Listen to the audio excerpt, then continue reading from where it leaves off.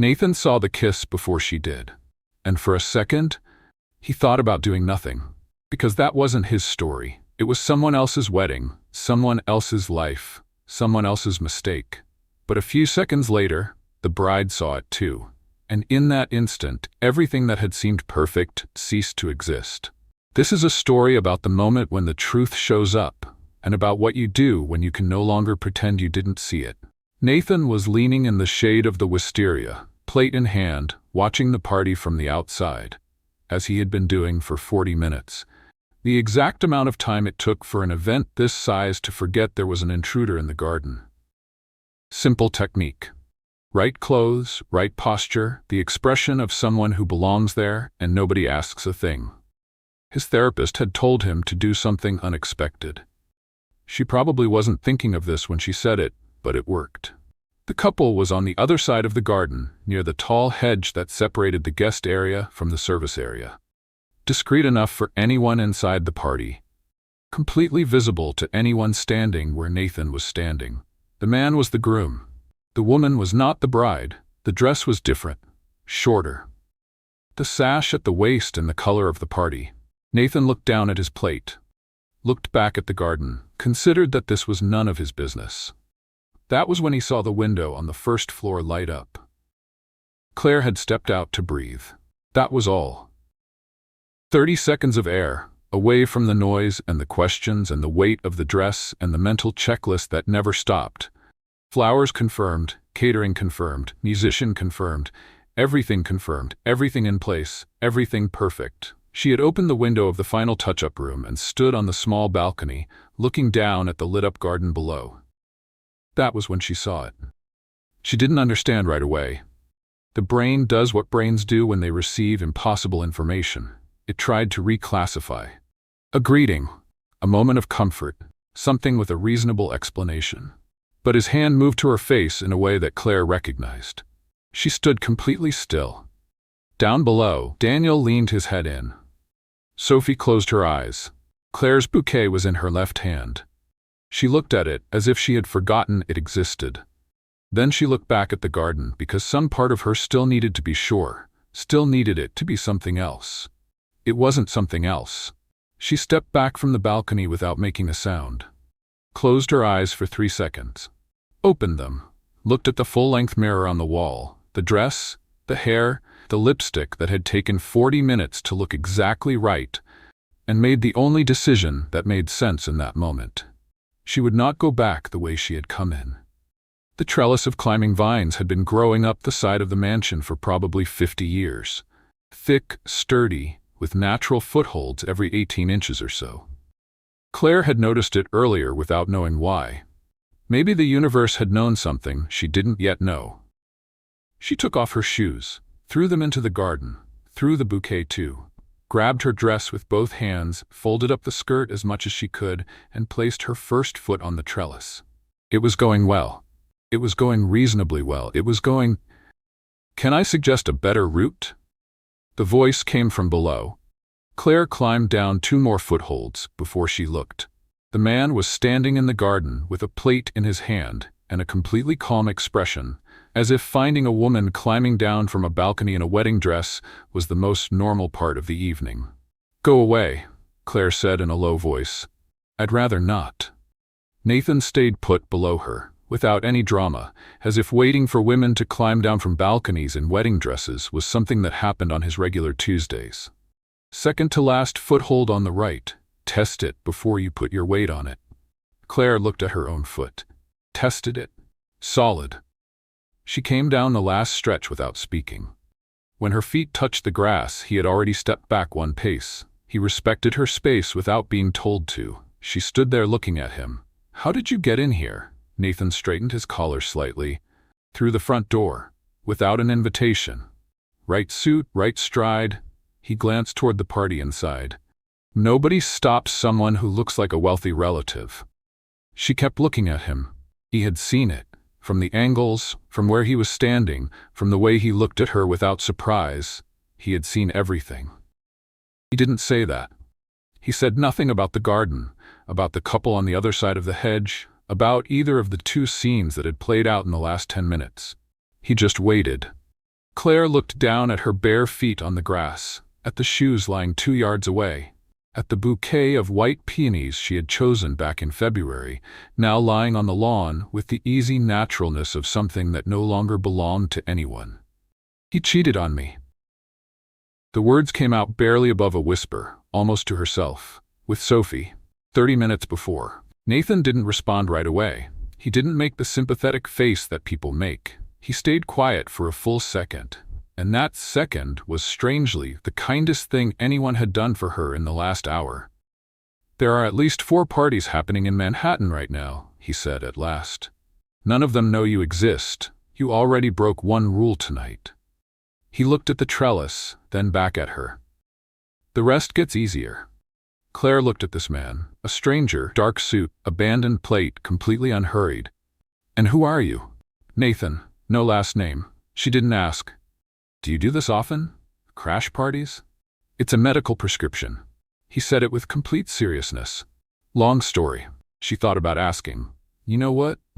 She picked up her shoes from the ground, looked at the bouquet for 2 seconds, left it where it was. "Tell me on the way." They crossed the garden along the side of the mansion, slipped through a low iron gate that led to the side street, and Nathan raised his arm for a cab without even having to look for one. In the car, the silence was different from what Claire had expected. Not awkward. Just there. Nathan didn't ask anything, didn't say anything reassuring, didn't make the face that people make.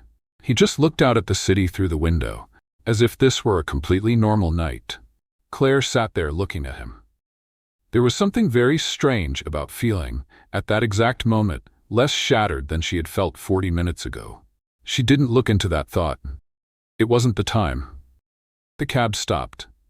Outside, on the sidewalk, a photographer was covering the arrivals at a party in the building next door. Camera raised, wide framing. They were still inside the cab when the flash went off. Nathan was quiet for 2 seconds. "That's going to complicate things a little." Nathan looked at the photographer through the cab window for exactly 3 seconds. "We get out on the other side," he said. "Is there another side?" "There is now." The fare was $20.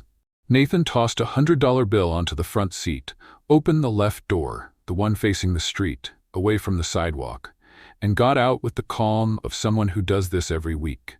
Claire grabbed her dress with both hands and followed him out without questioning it, because in that moment, questioning something seemed to require more energy than simply going along. They turned the corner before the photographer looked in the right direction. On the next block, Nathan stopped. He looked Claire over from head to toe with the objective expression of someone working through a logistical problem. "The dress is the problem. Thank you for the analysis. Everyone's gonna look. Everyone's already looking. Looking is different from photographing." He took off his jacket, put it over your shoulders. It covers part of the skirt, changes the silhouette. From a distance, you become an eccentric guest, not a runaway bride. Claire looked at the jacket being held out to her, looked at Nathan, now in just his shirt. There was a woman in a beige coat passing on the sidewalk at that exact moment who also looked, lost her step for half a second, and kept walking without comment, with the dignity of someone who decides that some things are better left alone, looked back once more and moved on. Claire took the jacket, tried to act naturally. Interesting, she thought a little too loudly. The party. Very interesting. "Eccentric guest," she said. "It's a contemporary art party in Soho." He was already walking. Eccentric is the bare minimum they expect. The loft was in an industrial building in Soho, 6th floor. There was no regular elevator. There was a freight elevator with a metal gate that had to be pulled down before pressing any button, the kind that shakes a little on the way up and makes a sound that suggests maybe today isn't the day but gets you there. Nathan pulled the gate down. Stepped in. Waited. Claire stepped in with her dress, the jacket over her shoulders, and the expression of someone quietly reconsidering every decision made in the last 40 minutes. The elevator shook. It went up. Inside, the walls were white and high, covered with installations that defied any reasonable attempt at interpretation. Colored wires hanging from the ceiling, a chair suspended by cables, a fishbowl with no water, and a plant inside, and a sign that read, "Liquid Absence." There were about 60 people, music too low to dance to and too loud to think, and a bar in the corner that served whatever it had, without asking what you wanted.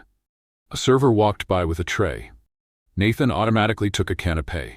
Claire looked at him. Seriously? He shrugged. It's a reflex. In the center of the room there was a circle of light on the floor, white and clean, completely empty, with a small sign at the base, Space of Presence. Nathan stopped, looked at the circle, looked at Claire, looked back at the circle. No, said Claire. I didn't say anything. You were thinking out loud. He was.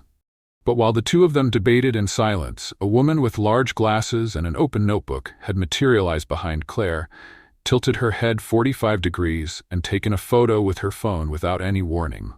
Claire turned around. The woman smiled with the intensity of someone who had just had a spiritual revelation. The tension between the institutional and the organic is, she briefly closed her eyes, inevitable. She's the artwork, said Nathan, from beside her with surgical seriousness. A performance about rupture and the rituals of contemporary commitment. The woman opened her notebook. Does it have a name? The Bride Who Stayed. Claire turned to him with an expression he ignored with Olympic-level mastery. The woman photographed 3 more angles and walked away satisfied.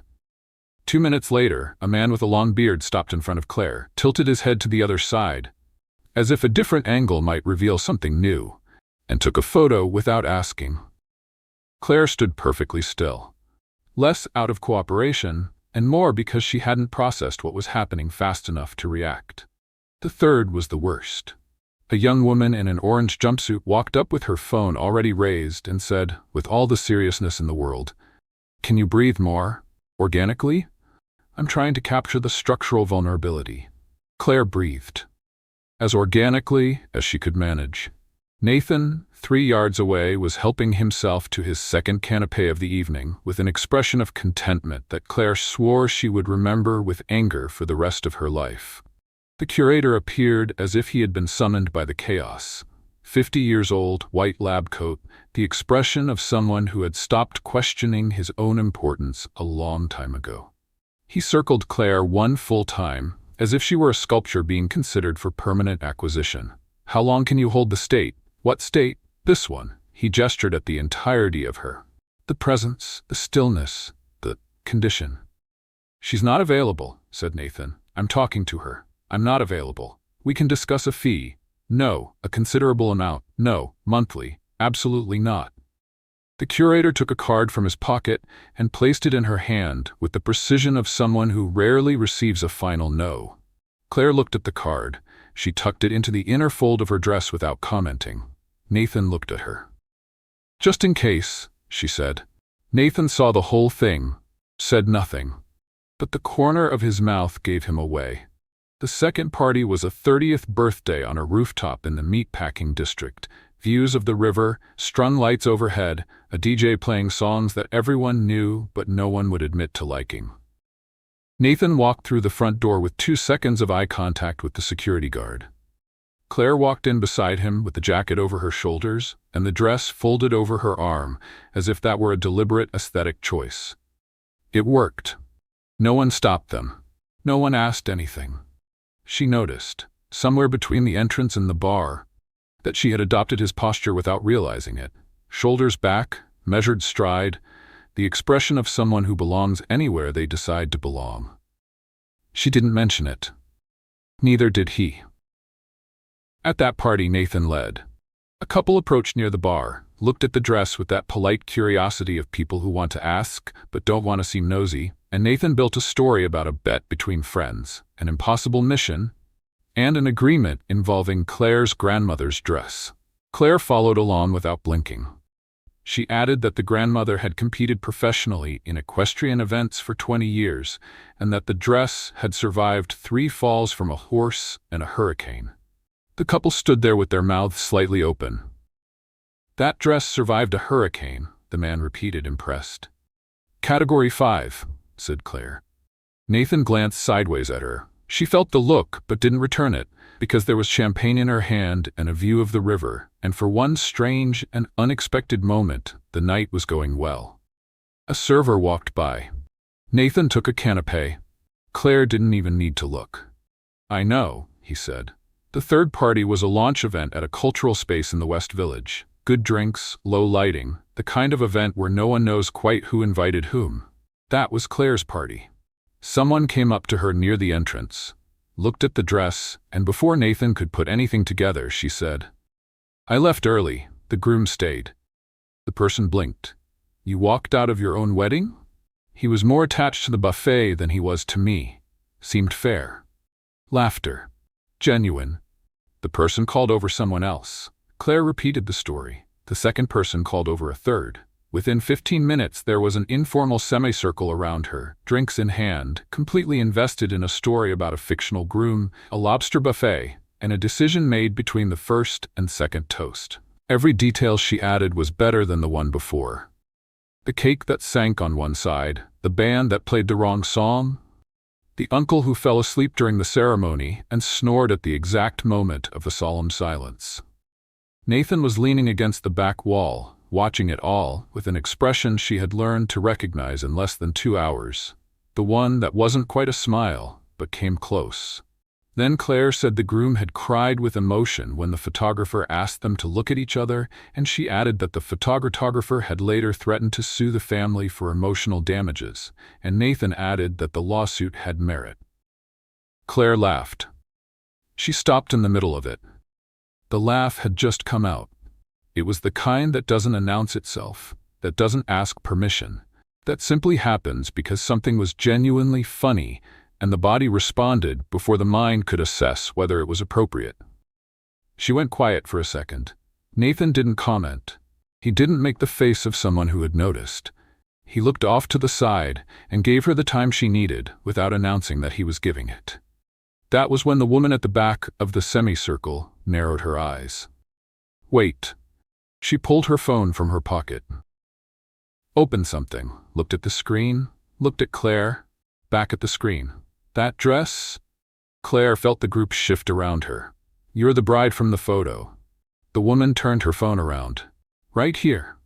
Getting out of a cab." That was tonight. The photo had 148,000 shares. Everyone looked at Claire, looked at the photo, looked at Claire again. Nathan was already beside her. He had made no sound at all when he moved over.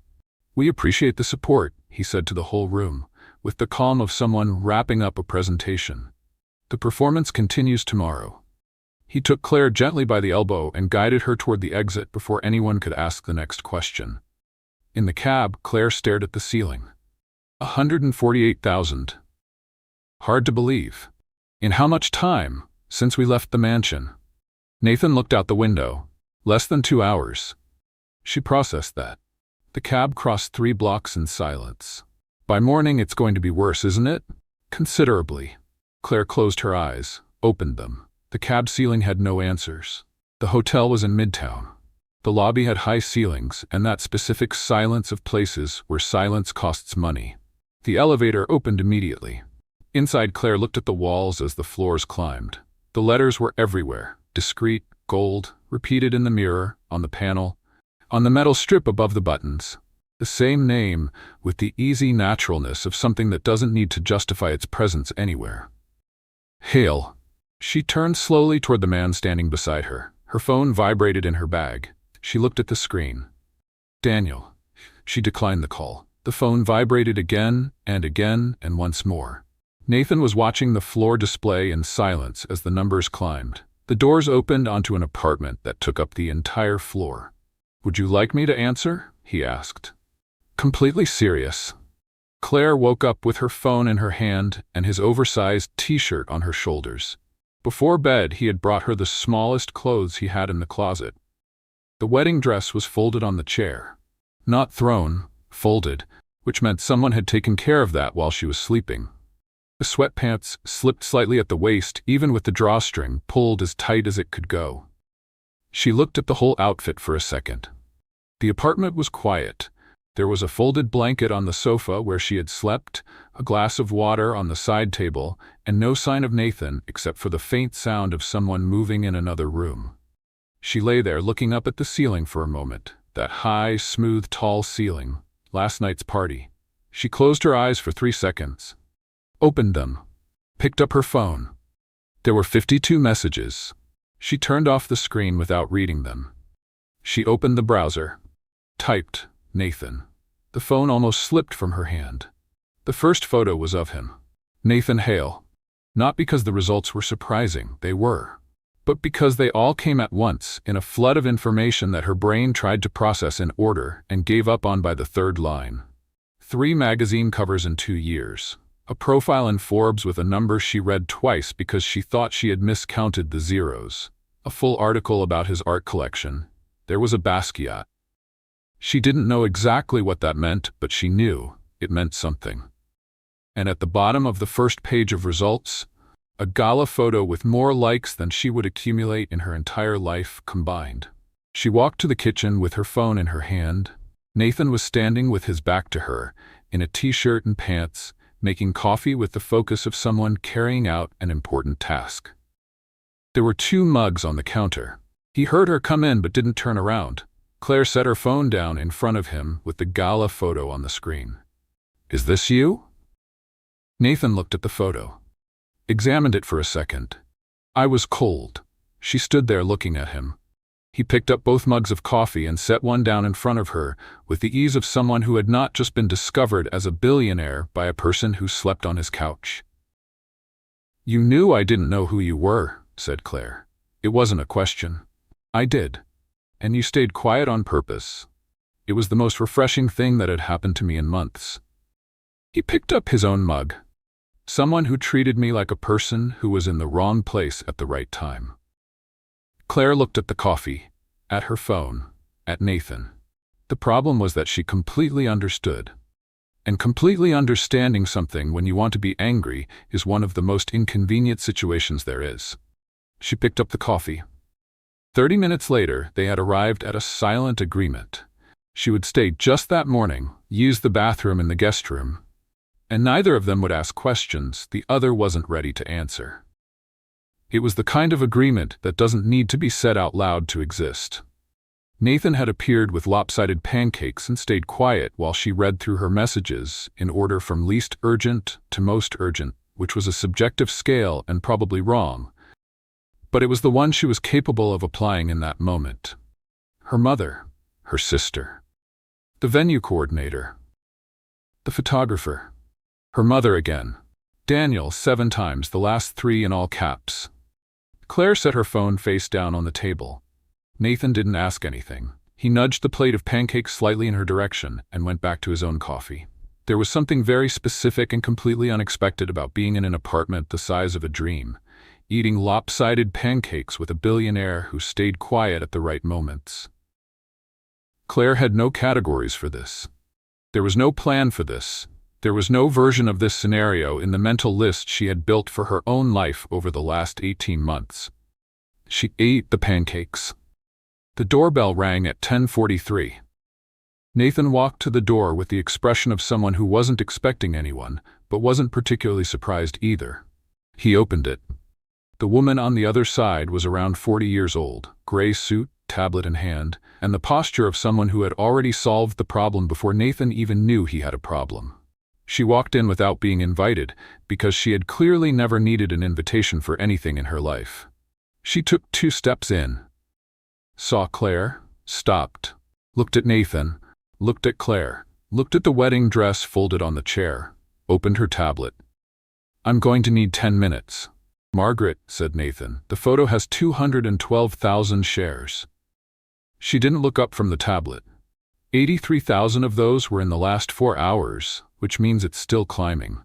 She finally looked at Claire. "You're the bride." "I was." Margaret typed something. "Full name?" "Claire Montgomery." "Profession?" "Event planner." Margaret's fingers stopped for half a second. Started typing again. Ironic. Nathan pulled out a chair. "Sit down, Margaret." "I don't have time to." "Sit down." She sat without letting go of the tablet. "All right, the current narrative is—" Claire's phone vibrated on the table. Everyone looked. Claire turned it face down without answering. Margaret started again.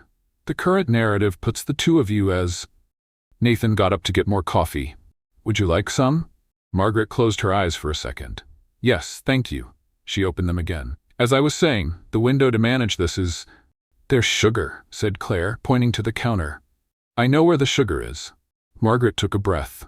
"The window to manage." Nathan's phone rang. He looked at the screen. "1 second." Margaret set her tablet on the table with a care that was clearly a conscious effort not to set it down hard. She stared at the ceiling. Claire looked at Margaret. Margaret looked at Claire. "Is he always like this?" asked Claire. "Always." They sat in silence for a moment with the specific solidarity of two people discovering they share a problem. Nathan came back. "Sat down. Go ahead." "Thank you." Margaret picked up the tablet.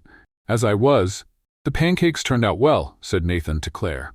Margaret closed the tablet, set it on the table, folded her hands, took a deep breath. "I'm going to make more coffee." She stood up with absolute dignity. "When the two of you start being rational human beings, let me know." She walked to the kitchen without rushing. Claire looked at Nathan. Nathan looked at Claire. Neither of them said anything for a second that lasted a little longer than it should have. The meeting happened on Margaret's third attempt. Having decided on her own that speaking faster was the only viable strategy, in 12 minutes she laid out the problem, 3 narrative options, and the likely consequences of each one, with the precision of someone who billed by the hour and took that seriously. Claire listened to everything. She asked specific questions. Margaret answered with the expression of someone who hadn't expected specific questions and was quietly reconsidering. At the end, Nathan received a call. He looked at the screen.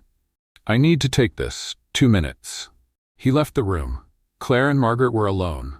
The apartment was quiet. Outside, Manhattan kept moving forward as it always did, completely indifferent to what was happening on the 40th floor. Claire turned to Margaret. "How long does it take before he gets tired of a situation?" Margaret didn't answer right away. She looked at Claire with that clinical, assessing expression she had probably developed over years of managing crises for people who had more money than patience. Nathan came back through the door. Margaret was still looking at Claire. The answer never came. Nathan came back from the call and stopped at the entrance of the living room. Margaret was still looking at Claire. Claire was looking at Margaret. The apartment was quiet in the way it gets when two people have just had a conversation that a third person isn't supposed to know about. "What did I miss?" Nathan asked. "Nothing," both of them said at the same time. He looked at one, looked at the other, visibly decided that some questions were worth more than others, and this wasn't one of them. He sat down, picked up his coffee. That was when Margaret's tablet vibrated. She looked at the screen. She went completely still for a second, which for Margaret was the equivalent of anyone else falling out of their chair.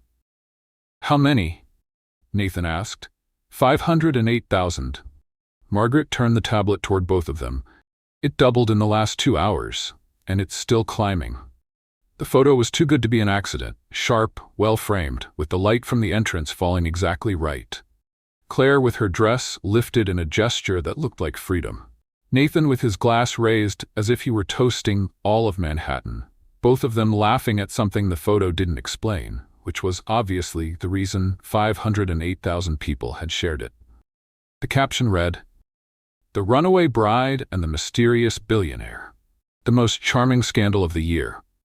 Claire stared at her own photo for a length of time that was probably too long. She looked good in the photo. That was the most unsettling detail of all. "I recognize the photographer," said Nathan, with the calm of someone who had processed this during his call. "When we were getting out of the cab, he works for a newspaper." "You recognized him and didn't say anything," said Claire. "I wasn't sure at the time." He looked at the photo. "Now I am." "Who hired him?" asked Margaret, already typing. "I don't know yet. I'll find out." Margaret typed something else with the expression of someone opening 6 fronts at the same time. The apartment went quiet for exactly 40 seconds, the time it took for Claire's phone to vibrate for the first time. She looked at the screen. Her best friend. She let it go. It vibrated again, and 4 more times in a row with 3-second intervals that suggested total commitment. Claire opened the messages. The first ones were in all caps. "Claire Montgomery, answer your phone," repeated in creative variations. The middle ones turned into an investigation. Questions about Nathan, about the hotel, about whether the suit was custom because it looked custom, and that matters, Claire. The last 5 had completely abandoned the original emergency and entered the territory of unsanctioned enthusiasm. The last one said, "If you don't answer, I'm investigating on my own." Claire typed, "Don't investigate." Response in 2 seconds. Too late, already found the Forbes profile. Claire. She set her phone face down. Nathan was looking at her with that expression that wasn't quite a smile but came close. "Best friend?" he asked. "Unfortunately." Her phone rang again, different number. Claire looked at it. She answered just to get it over with. "Daniel, you walked out of my wedding." The voice had no remorse. It had the texture of someone who had checked the headlines before checking whether his former bride was okay. "And somehow you're all over the internet, and I don't exist as the groom. You cheated on me in the garden 30 minutes before the altar." "That didn't." "With Sophie." Silence. "Your publicist is in the background," said Claire. "I can hear him breathing." More silence. "Take care of yourself, Daniel." She hung up. Margaret and Nathan were both looking at her. Claire set her phone on the table with excessive care and said, to neither of them in particular, "His publicist called before he did, just so you know." Margaret noted something on the tablet. What she noted, nobody asked. The presentation had 42 slides. Margaret had put that together at some point between arriving at the apartment and the 3rd attempt at the meeting, which meant she had built 42 slides in under 2 hours, which said something about Margaret that Claire was still processing. Slide 1 had a title, a subtitle, a table of contents, and a footnote. "Option A," Margaret began, "requires a joint statement by—" "That logo is outdated," said Nathan, pointing to the upper right corner. Margaret looked. The logo was outdated. She corrected it without commenting and continued. Slide 2. Slide 3. Slide 3 had a timeline. Claire tilted her head. "That sequence is wrong. The photo was taken before we went in, not after." Margaret corrected it. Advanced. Slide 4 had a chart. Nathan examined it. Wrong time zone. The silence that followed had a specific weight. Margaret looked at the chart, confirmed, internally and with visible regret, that the time zone was wrong. Corrected it. Stood with her finger on the screen for a moment. Margaret closed the tablet. She looked at it for 2 seconds. She opened it again, skipped ahead to slide 6 without commenting on the previous 4. Option A. The tone had closed off any possibility of interruption. Joint statement. 2 paragraphs. Nobody asks anything you two don't want to answer. Nobody spoke. Great. She presented all 42 slides in 8 minutes without stopping to breathe, and this time nobody interrupted. Less out of respect and more because the pace left no room. At the end, when the 3 of them had agreed on the version for the press, Margaret began gathering her materials. Claire reached for the glass of water in the center of the table. The folder was open. A fraction of a second, 1 page, a name at the top that her brain registered before she could decide whether she wanted to register it. She closed her fingers around the glass. Didn't look down again. Nathan was rereading something on his phone. Margaret was straightening her tablet. Claire's father's name was on the first page of a folder that nobody had asked for, and Margaret had brought it as if she knew exactly what she was carrying. Claire left the apartment with the unsigned contract in her bag and that name in her head. She said nothing. She asked nothing. But when Margaret sent the restaurant address with a message that said only confirmed, 8 o'clock, Claire replied within 30 seconds. She needed one answer before she gave any other. The restaurant was neutral by design, not his territory, not hers, and not the kind of place that shows up in gossip headlines. Margaret had chosen it with the precision of someone who had mentally eliminated 43 options before making the reservation. They had been at the table for 20 minutes, and Claire still hadn't touched the menu. "The arrangement is simple," said Margaret, with her tablet open beside the bread that nobody had ordered but that had arrived anyway. 60 days. Selected public appearances. Nothing either of you wouldn't do separately under any other circumstances. "And in return," said Claire, "his company's events, 3 guaranteed contracts. With the Hale name attached to your work, your career comes back before the end of the month." Claire looked at Nathan. He was looking at the menu with the expression of someone pretending to be interested in the menu. "You're not going to say anything? Margaret presents better than I do." He turned a page. "And the salmon here is good." Margaret closed her eyes for a second, opened them, continued. "The agreement ends when the merger closes, 60 days at most. After that? No." Claire folded her napkin. "Thank you." Silence. Margaret looked at Nathan. Nathan looked at Claire. The bread sat there between the three of them like a silent witness. "Claire," Margaret began, "I spent the last 18 months building a reputation that didn't need shortcuts." Claire set the napkin on the table with excessive care. "I'm not going to rebuild it with one." Nathan lowered the menu. "It's not a shortcut," he said, without the tone of someone trying to convince. Just the tone of someone saying what they think. "It's a door. What you do after it is yours." Claire opened her mouth, closed it. That was when the restaurant door opened. Daniel walked in with flowers, roses, red. A quantity that suggested either genuine remorse or an assistant who had received vague instructions and interpreted them generously. He scanned the restaurant, found the table, and walked toward them with the smile of someone who had rehearsed his expression in the cab. "I came to apologize." The three of them looked at him. Nathan looked at Claire. Claire looked at the flowers. Margaret looked at her tablet and typed something. What she typed, nobody would ever know. Daniel set the flowers on the edge of the table as if it were a natural gesture and pulled out a chair without being invited. His gaze slid toward Nathan with the forced casualness of two men who know each other and have simultaneously decided to pretend they don't. Claire saw it. It wasn't the handshake that didn't happen, or the absence of introductions. It was the millisecond of recognition that passed between the two of them, before either could control it. That fraction of a second, when the face decides the truth before the person chooses the version. "You two know each other," said Claire. It wasn't a question, two different kinds of silence at the same table. "We've crossed paths," said Daniel. Nathan picked up his water glass. Drank. Claire looked at Nathan, at Daniel, at the flowers taking up space they hadn't been invited to take up. Then she looked at Margaret, who had her tablet in hand and the expression of someone waiting for a specific instruction. Claire picked up the contract Margaret had placed on the table earlier. "All right," she said. "Let's close the deal." Daniel stopped smiling. Margaret straightened up slightly. Nathan went completely still, glass still in hand. 60 days, said Claire, reading the clauses out loud as she signed. The restaurant was quiet enough that the table next to them could hear with ease. Selected public appearances, 3 guaranteed event contracts. She turned the page. Conduct clause, both parties agree to maintain professional conduct in public. Margaret took notes. Communication clause, all press statements require mutual approval. Claire turned another page without looking up. Termination clause, the agreement ends automatically at the end of 60 days or by mutual agreement. Daniel was looking at her with the expression of someone watching their own humiliation unfold in slow motion and unable to leave. Exclusivity clause. Claire signed the bottom of the page. During the term of the agreement, neither party takes on public commitments that could conflict with the established narrative. She slid the contract toward Nathan without glancing at Daniel once.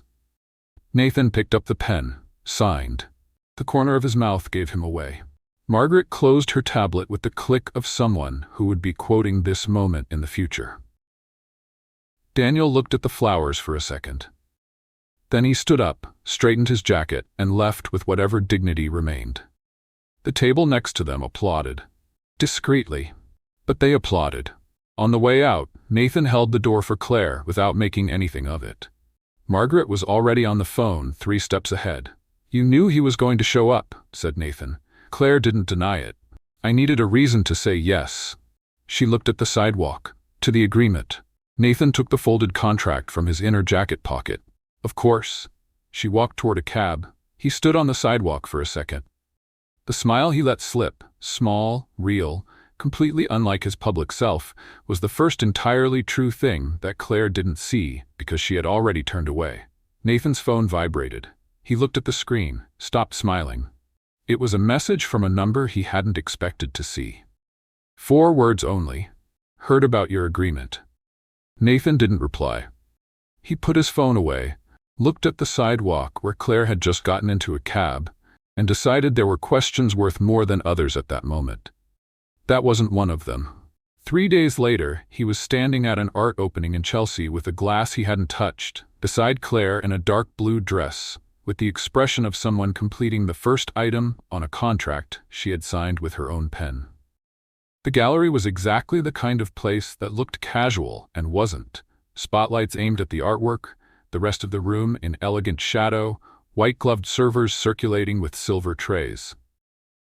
There were at least 2 cameras from cultural publications that Margaret had confirmed with the efficiency of someone making reservations at a full restaurant. "It's going well," said Nathan quietly. "We've been here 11 minutes. 11 minutes without incident is a relative victory." Claire looked at him. He was looking at an installation on the wall, suspended copper wires forming something that could be a heart or could be a subway map, depending on the angle. "What do you think it is?" she asked. "I think it's whatever the buyer needs it to be." Claire looked at the installation for a second, then at Nathan. That was unexpectedly philosophical. "I have my moments." A server walked by with a silver tray. It had canapés. Nathan took one automatically, without even looking at the tray. Claire didn't need to say anything. She just looked. He already knew. He shrugged with the ease of someone who had long stopped defending himself against himself. That was when Claire felt a presence on her left side that hadn't been there a second before. "You shared your location with me in 2018 and never canceled it." The voice was too familiar. Claire closed her eyes for half a second. Jess was standing beside her with a glass of wine, a dress that almost worked for the setting, and the expression of someone who had arrived with a specific mission and was proud of her own logistics. That was for emergencies. "This is an emergency." Jess was already looking at Nathan with the direct assessment of someone who had done extensive research and wanted to confirm the photos.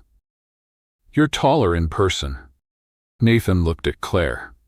"My unofficial private investigator," said Claire with the tone of someone apologizing and explaining at the same time. "Unofficial for now." Her best friend extended her hand to Nathan with the professionalism of someone who had rehearsed this moment. "Jess, she told me about you." Nathan shook her hand. "She told me about you too." Jess stopped, looked at Claire, looked at Nathan. Processed the fact that this meant Claire had talked about her even before any agreement existed, which was information she clearly intended to save for later use. Good. She grabbed a canapé from the passing tray without taking her eyes off Nathan. "Then we can skip the introductions and go straight to the questions." "Jess," said Claire, "what's the real story with the photographer?" Claire put her hand on Jess's arm before she could finish. "No." The folder that Margaret brought without anyone asking. "No." He stopped smiling out of nowhere on the sidewalk and you didn't ask anything? "No." Jess looked at Nathan. Nathan looked at Jess with the expression of someone who was, for the first time that evening, genuinely entertained. "Is she always like this?" he asked. "Always," said Claire and Jess at the same time. Jess pointed at him without looking at Claire. "I like him." That was when Claire saw Daniel on the other side of the room. No flowers this time. There was an envelope. He walked toward them with the expression of someone who had timed the moment, public enough that Nathan couldn't react, private enough that the conversation wouldn't be overheard. He stopped beside Claire, completely ignored Jess, and placed the envelope in Nathan's hand with the ease of a rehearsed gesture. "I thought you should see this before anyone else did." Nathan looked at the envelope, didn't open it. "Daniel," Claire began, "they're printouts." Daniel was already stepping back, of conversations between him and his partner, about the merger. He looked at Claire with that expression of calculated remorse she had learned to recognize too late. "I just want you to know who you're dealing with." He left before anyone could respond. Jess was staring at the envelope with the intensity of someone physically prevented from opening something that isn't theirs. Claire looked at Nathan. He still had the envelope in his hand, closed, with the expression of someone who knew exactly what was inside and was deciding in real time how to present it. "Nathan, it's out of context. You know what's in there?" "I do." He placed the envelope in his inner jacket pocket, in the same spot where he had kept the signed contract 3 days earlier. "And I'll explain. But not here." There were 2 cameras in the room, There were at least 40 people. And there was Jess, who was pretending to look at the copper wire installation but had clearly processed every word of the conversation. Claire picked up the glass she had set aside, drank. Nathan took her home later. The cab ride in silence. The different kind of silence, heavier with more questions inside it. At the door of her building, he lingered a second longer. Claire opened her mouth. Her phone vibrated. She looked at the screen. She answered before thinking. Dad. The voice on the other end was low, tired, the kind that shows up when someone has been carrying something for too long. Claire turned slightly away, not out of secrecy, but out of instinct. Nathan stayed still. Not the words, just the tone. The way her voice shifted, register in a fraction of a second, like someone putting back on a mask they had forgotten they were wearing. He didn't ask. When she hung up and turned around, he was already looking in another direction. Good night, Claire. She went inside. He continued on in the cab. Neither of them slept well that night. But it was the next morning's headline that made sure sleep was the least of their worries. The headline had no photo. It was worse than having a photo. A photo is an accident, a wrong angle, an interpretation. Text is intention. And the text Claire read at 6:40 in the morning, still in her pajamas, with her coffee cooling on the counter, had details that didn't exist anywhere public. The agreement between Nathan Hale and event planner Claire Montgomery was structured as a public relations response to the viral photo, according to a source close to the negotiations. The terms include 3 event contracts and 60 days of coordinated public appearances. Neither party commented. 3 contracts, 60 days, coordinated appearances. Claire set her phone on the table with the care of someone controlling something they would rather not be controlling. She looked at the coffee, at the window, at the ceiling. Only 3 people knew the exact terms: Nathan, Margaret, and herself. Her phone vibrated. It was Jess. 1 message, no text. Just a screenshot of a bank transfer with a name Claire didn't recognize right away. Then she recognized it. Then she went still for a second that lasted longer than it should have. Then she grabbed her coat and went to Nathan's office without calling ahead. He was already there when she arrived. Standing near the window, without his jacket, just his shirt, sleeves rolled up, phone in hand, with the expression of someone who had read the same headline and was in the middle of an important internal conversation. When the door opened, he turned, and something in his expression shifted when he saw it was her. Claire placed her phone on the table with the screen facing up. The headline was open. "I didn't leak it," said Nathan. "I know." He stayed still. He had clearly prepared a longer explanation. "You know." Jess found the trail. Claire placed a second phone beside the first, the screenshot of the bank transfer. Someone paid Margaret for this, and that someone has a name. Nathan looked at the screenshot. He was quiet for a second that had texture and temperature. "When did you get this?" "On my way here." He turned toward the window. Manhattan was outside, completely indifferent, doing what Manhattan does, moving forward without asking anyone's permission. "I need to talk to her before anything else." "Is she still here?" "Until noon." Margaret was in the conference room with a file box, her tablet, and the expression of someone organizing her own departure with the same efficiency she had organized everything else. When Nathan walked in, she didn't look up right away. When she did, she saw Claire behind him, and something in her posture changed. Not dramatically, just enough for anyone paying attention. "Someone from my father's circle pressured you," said Nathan. It wasn't a question. Margaret set the tablet on the table.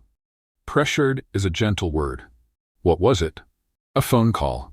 She aligned the papers in the box without looking at them, with information about what would happen to my professional reputation if I stayed in this position. A pause that wasn't a pause. It was Margaret choosing her next words carefully. And a transfer that appeared in my account without my having asked for it. "You accepted it.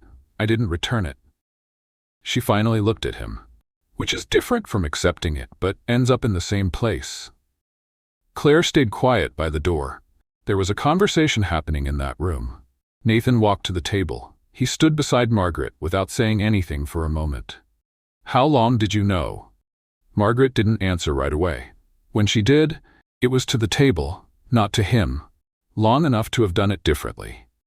She closed the box, picked up the tablet, and placed on the table a document that had been kept separate from the rest, bound with a visible table of contents on the first page.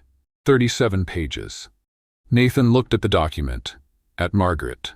You prepared this in advance. Table of contents up front. She picked up her bag. Glossary at the end, everything you'll need to know to stay afloat without me. She headed for the door. Good luck. She reached the door, stopped. She turned. Just for a second. She looked at Nathan with an expression that was neither anger nor hurt. It was the specific grief of someone who has watched a person they admire make wrong choices for too long and never figured out how to say stop. She knew he was going to have to choose soon. She didn't know if he would choose right. She left without another word. The hallway went quiet. Nathan stood looking at the closed door with the 37-page document in his hand. Claire looked at him. Glossary, she said. I saw. She made a glossary.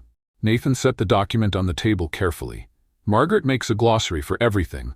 She once made one for a 3-day trip to Chicago. Claire looked at the document, at Nathan. And despite everything, the headline, the bank transfer, the weight that had been building in the center of her chest since 6:40 in the morning.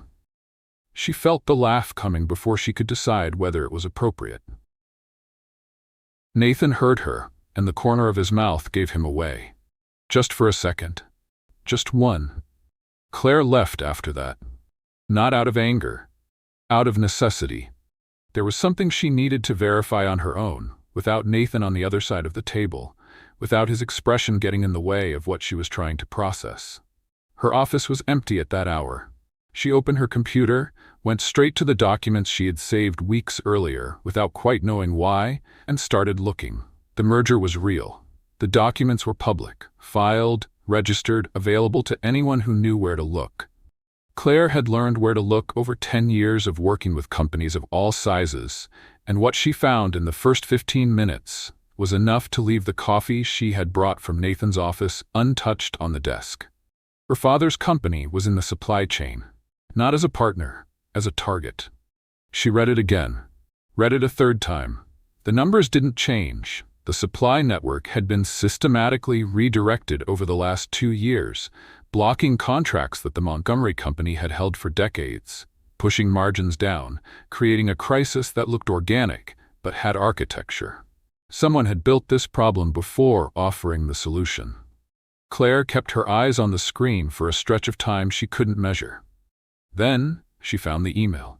It was in the material Jess had sent along with the screenshot of the bank transfer, a chain of correspondence found through a different channel, sent without explanation because Jess had probably known that Claire needed to see it with her own eyes.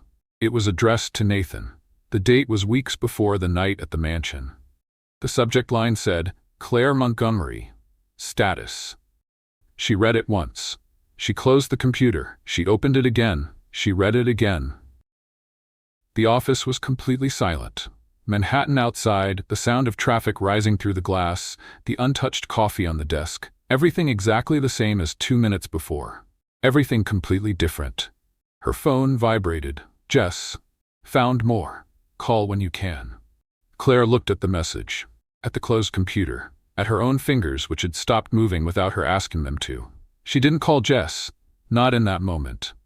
She stayed in the office until the sun started shifting angles through the window, rereading documents that didn't get any clearer with rereading, assembling and dismantling a timeline that always arrived at the same place.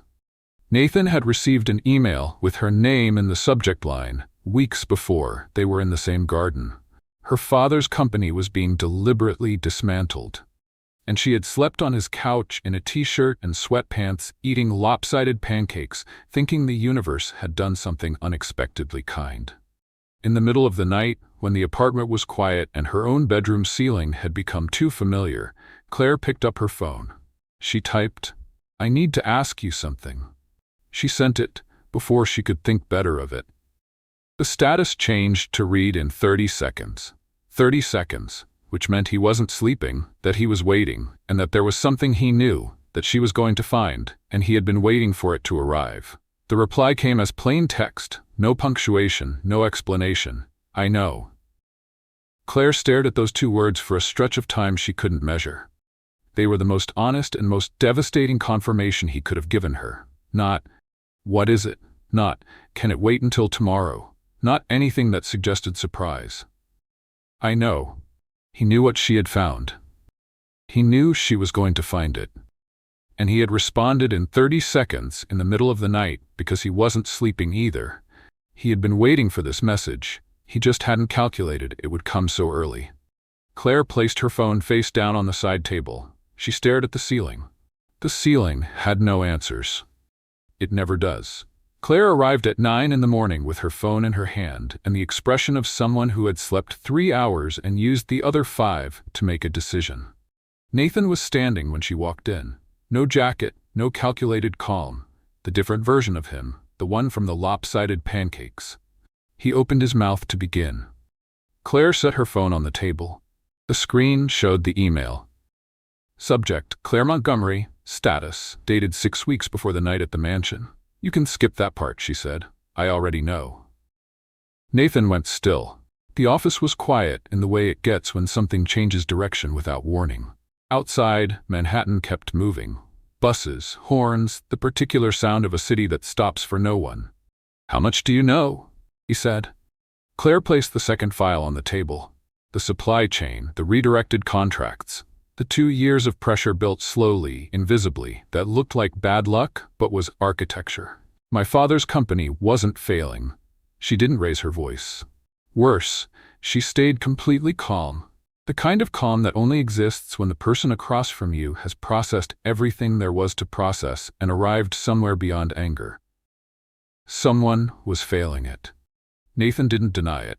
That non-denial was the most honest and most devastating thing he could have done. Claire looked at him for a second. Then she pulled out the nearest chair and sat down. Not because she was fine, but because her legs needed a decision that her mind hadn't made yet. "Tell me," she said. "Everything. Not the version you prepared in the cab. The truth." And he told her. His father, Alexander Hale. A group that had operated for decades in the spaces between what is legal and what is provable. Not movie villains. Businessmen who had decided a long time ago that the rules was for people who didn't have the resources to work around them, and who had built entire systems on top of that decision. Nathan had joined at 32 with the energy of someone who wants to prove their worth. The first project had arrived with an elegant name and numbers that added up. The second one too. On the third, he had asked a question he shouldn't have asked, and his father had answered with a patience that was, in reality, a warning. "Do you want to be part of this or not?" 6 years. Projects that arrived ready-made from above. Strategies with corporate names and results that couldn't withstand direct light. The therapist had appeared in the 4th year, not because Nathan had asked for help, but because he had walked into a board meeting with the expression of a man who had forgotten how to breathe without calculating the cost first, and a colleague had quietly passed him the number at the end of the meeting. The crashed parties were the only place where nobody knew who he was before he opened his mouth. Montgomery Logistics had come onto the group's radar 2 years earlier. Claire's father's company was too small to be a direct target. It was a supplier in a larger chain that the group wanted to reorganize. The strategy had been simple and invisible. Redirect contracts, block decades-old partnerships, create pressure that looked like the market, and was a choice. When the company reached a critical point, the merger would arrive as the solution. Nathan had received the email with Claire's name 6 weeks before the mansion. A status update. Owner's daughter. Engagement confirmed. Wedding the following month. He had gone to that party knowing she would be there, not with the intention of executing the plan, but knowing. When he finished, the silence in the office had texture and temperature and all the weight of something that couldn't be undone just because it had been said out loud. Claire looked at her own hands for a moment. "The wedding," she said, slowly, assembling it in real time. "Sophie." Nathan closed his eyes for a second. The group paid someone to get Sophie close to Daniel. The office went quiet in a different way. Claire looked up at him. "My wedding was called off because someone needed me to be vulnerable so you could find me." Yes. One word, no qualification, no context, no voice of someone building a favorable version. Claire looked at him for a stretch of time she couldn't measure. There was anger. She could feel it. It was real. It was there. But underneath the anger there was something more complicated and harder to name. It was the specific feeling of someone who reassembles a story they thought they knew and discovers that every detail that seemed like an accident had an address. The night at the mansion. Nathan in the garden, with his plate, completely calm. I came in through the front door. The parties, the jacket, the woman in the beige coat who lost her step, the lopsided pancakes, the silence at the right moments. It was the most refreshing thing that had happened to me in months, someone who treated me like a person. When did it become real? She said. Her voice came out lower than she had planned. You know the moment. Which one was it? Nathan opened his mouth, closed it. She waited. When you set down the bouquet in the grass. He didn't look away. You didn't throw it. You set it down, like you were putting something on the ground that you didn't need to carry anymore. He took a deep breath. He was choosing his next words with the care of someone who knows there's no second chance. I was following a script up until that moment. After that, I wasn't. Claire looked at him. The bouquet of white peonies lying on the lawn with the easy naturalness of something that no longer belonged to anyone. She had set that bouquet down without thinking, without calculating. It had been the first completely honest gesture of that evening, and he had seen it. Her eyes filled before she could decide whether it was appropriate. Not because of him. Not exactly. It was because of her. The version of herself who had spent 18 months building a perfect plan for a life she hadn't truly chosen, and who had needed a completely wrong night to realize that. I need to go, said Claire. Claire, I'm not leaving angry. She picked up her phone and the files from the table with precise movements. I'm leaving because I need to think, and I can't think with you in the same room. She reached the door, stopped with her hand on the doorknob. What are you going to do now? Nathan looked at her. The right thing. He said it without hesitating. I just don't know how yet. Claire kept her hand on the doorknob for a second. The therapist was a good idea, she said. She left before he could respond. Jess showed up that night. Without warning, she knocked on the door with 2 tubs of ice cream and a portable whiteboard bought at a stationery store 2 blocks away, and she walked in without waiting for an invitation because she hadn't needed one in 15 years. Don't ask, she said. Just open the ice cream. The whiteboard was covered in sticky notes by the time Claire came out of the bedroom with 2 spoons. There were arrows. There were circles. There was a timeline that started in 2022 and ended with a giant question mark in red. Jess's theory involved Daniel, the photographer on the sidewalk, a competitor in the events industry she had found in a 30-minute search and decided looked suspicious, and, for reasons she explained with complete conviction and zero logic, an architect from Boston who had appeared in related search results with no apparent connection to anything. It was completely, magnificently wrong at every point. Except one. In the lower right corner of the board, there was a green sticky note, with 3 company names and arrows between them, in a chain Jess had drawn, probably thinking it was just background detail. It was the exact core of the supply chain manipulation. Claire looked at that corner for a second that lasted longer than it should have. This part here, she said, pointing. Oh, that. Jess waved her spoon. I found it in a public filing. It's probably nothing. Claire opened the second tub of ice cream. Probably, she said. She ate 1 spoonful, then another, her eyes filled. Not because of the wrong theory. Not because of the green sticky note that had gotten it right without knowing. Not because of the supply chain manipulation or anything with a specific name. Because of the friend who had bought ice cream and a whiteboard on a Tuesday night and shown up without asking for an explanation, because she knew, had known, for 15 years, that Claire Montgomery carried hard things alone until she couldn't anymore, and that when she reached that point, what she needed was not a solution. It was someone who stayed. Are you okay? Jess asked. I don't know yet. That's fine. Jess took more ice cream with the ease of someone who had heard that answer before and knew what it meant. The ice cream doesn't have a deadline. They stayed on the floor until the apartment got cold, with the wrong whiteboard in front of them and the tubs between them, and Claire didn't solve anything that night. But she felt a little less alone with the weight. Sometimes that's enough. On the other side of the city, Nathan didn't sleep either. He stayed in the 40th floor apartment with Margaret's 37-page document open on the table, not reading it, because the problem wasn't in the pages, but in his head, and the city outside doing what the city does. Canceling the merger was the simple part. The hard part was that canceling didn't fix anything. The supply network would keep destroying Claire's father's company with or without the merger, because Alexander's group had built the problem separately from the solution, precisely so that the solution would seem inevitable.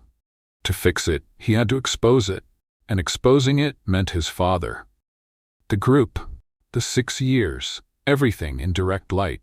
His phone rang, his father's number. Nathan looked at it for 3 rings. He answered on the 4th. "I heard you're hesitating." Alexander Hale's voice had learned to sound reasonable under any circumstances. Decades of practice. "That's not how you work." Nathan didn't respond. "The merger closes in 2 weeks. Alexander continued, with the patience of someone who isn't used to needing patience. "All you have to do is what you've always done." Silence. "Marcus is ready." 3 words. No threat in the tone, because the tone wasn't needed. Marcus was 32 years old. With the specific insecurity of someone who had spent their whole life trying to prove their worth to a father who moved the goalposts every time you got close. Nathan had been in that position 6 years ago. He knew exactly what it did to a person. The call ended. Nathan sat with his phone in his hand. Then he set it on the table beside Margaret's document and looked out at the window. Marcus would come in. He would execute. He would learn gradually what lay beneath it all, the same way Nathan had learned, one project at a time, until leaving seemed impossible because you had built too much to destroy. Unless someone destroyed it first. Nathan picked his phone back up. He opened his contacts, scrolled through several names, stopped at one, his personal attorney. Not the company's. His. The only one who knew the difference between the two. He called. It was answered on the 2nd ring. "I need to know what can be done," said Nathan, "without destroying what doesn't deserve to be destroyed." The attorney was quiet for a second. "How much time do we have?" Nathan looked out the window. Manhattan outside, moving forward as always. 2 weeks. He looked at Margaret's document on the table. "Maybe less. Then we'd better start now." The attorney called at 7 in the morning. Nathan answered before the 2nd ring. He had slept 2 hours on the couch with Margaret's document open on the table and his phone in his hand, like someone waiting for bad news they knew was coming. "Alexander moved it up," said the attorney, without introduction. The signing meeting was rescheduled for tomorrow. 10 in the morning. Nathan went still for a second. "How much time do we have?" 24 hours. Less, if you factor in that you need the evidence before the meeting starts. Nathan looked out the window. Manhattan was still waking up, that specific early morning light that makes the city seem temporarily reasonable before it remembers that it isn't. "I need to make a call," he said. "I know." The attorney waited. "Will she answer?" Nathan didn't respond. He hung up. He held the phone for 3 seconds.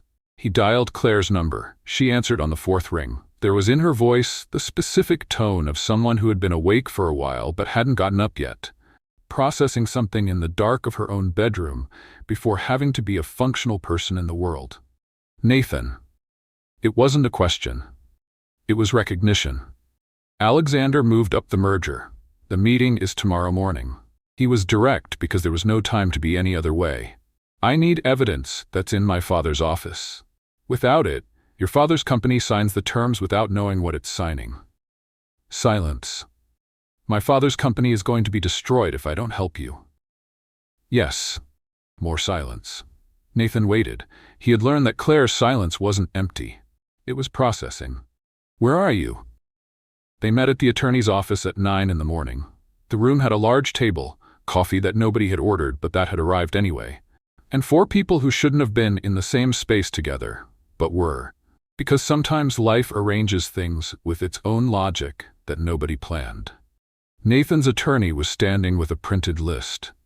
Nathan was leaning against the wall, with the expression of someone who had calculated the problem from every angle and was waiting for someone to find what he had missed.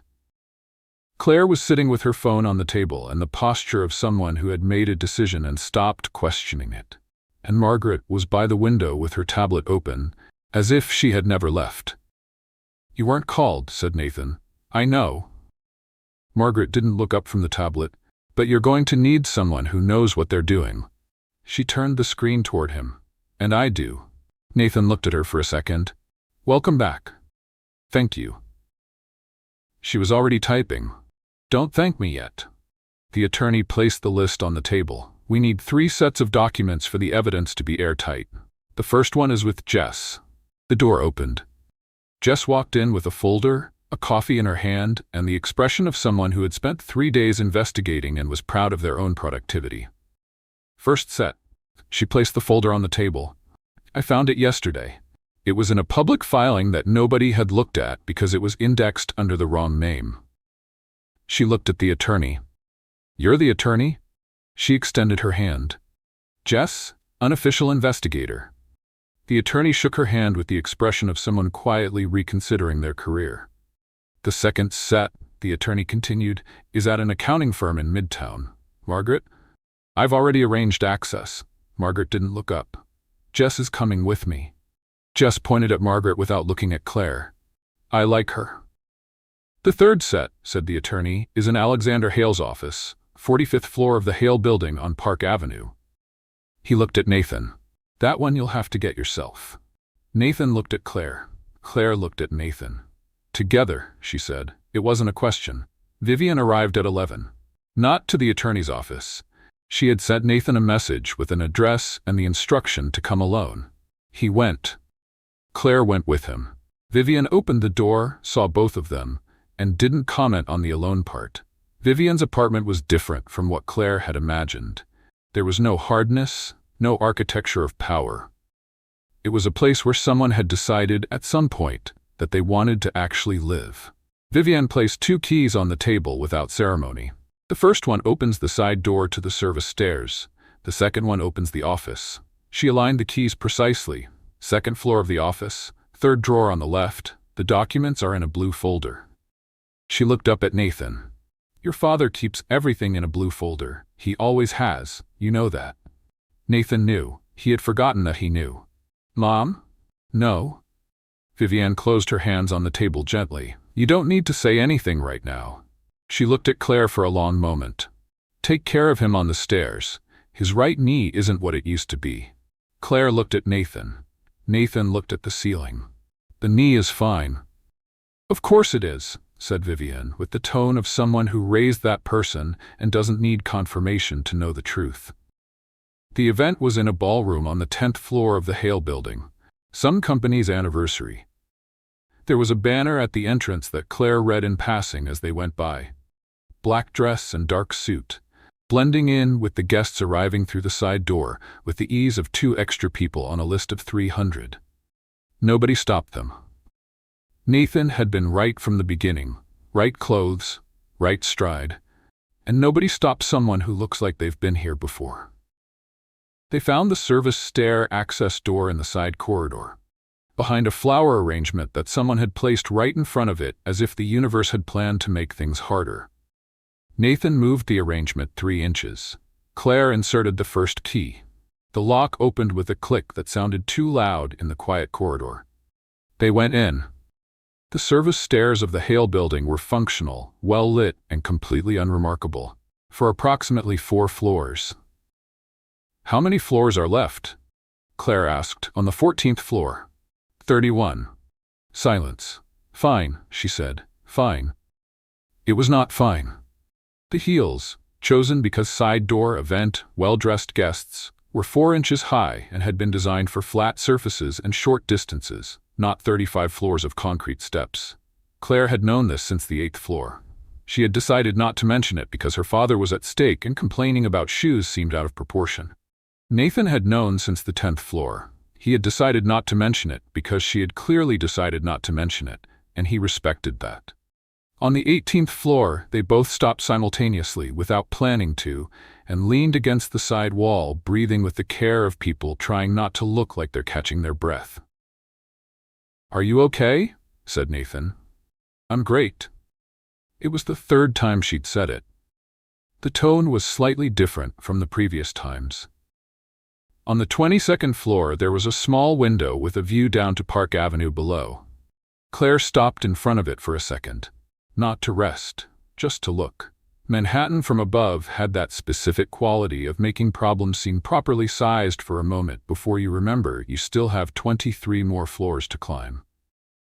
"When I was a kid," said Nathan quietly, because in the service stairs the silence had texture and speaking softly was instinct. "My father brought me to this building once. I must have been about 10 years old. He showed me the office, the view, everything.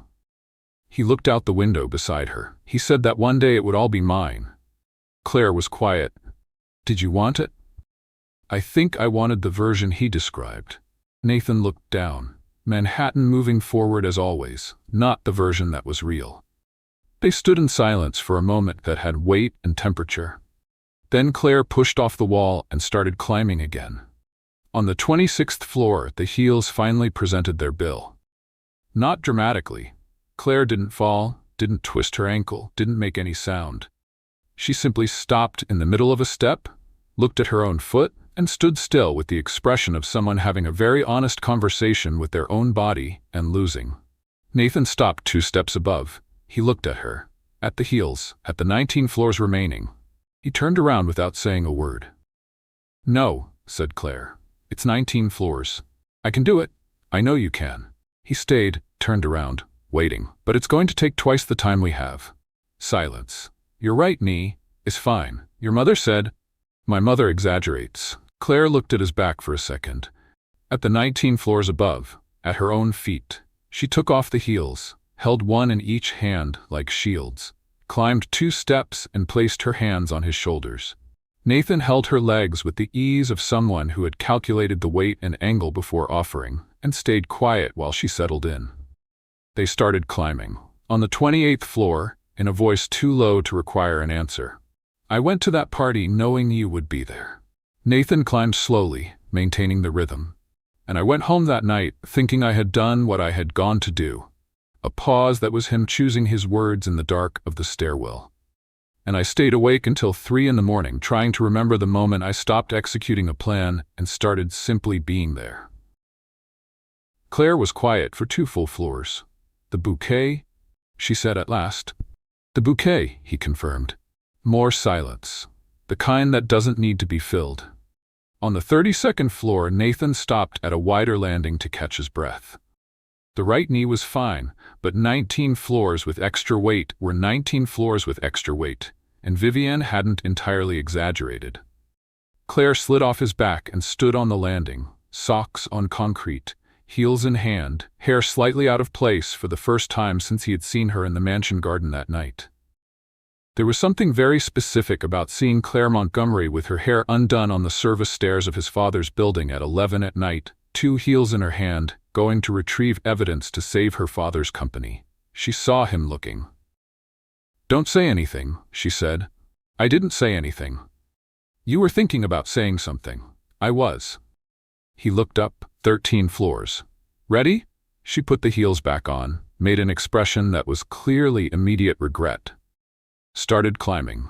Nathan stayed 1 second behind her, looking at the curve of the staircase above, and the corner of his mouth did what the corner of his mouth did when he wasn't controlling it. They reached the 45th floor at 11:42. The corridor was empty.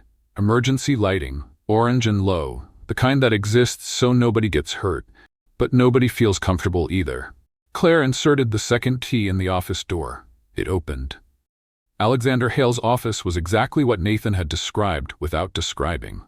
The version his father had shown his 10-year-old son. Views over the entire city, absurdly expensive furniture, and the specific silence of places where important decisions had been made long enough for the silence to absorb their weight. 3rd drawer on the left. Nathan went straight to it. He opened the drawer. Blue folder. He looked at it for a second.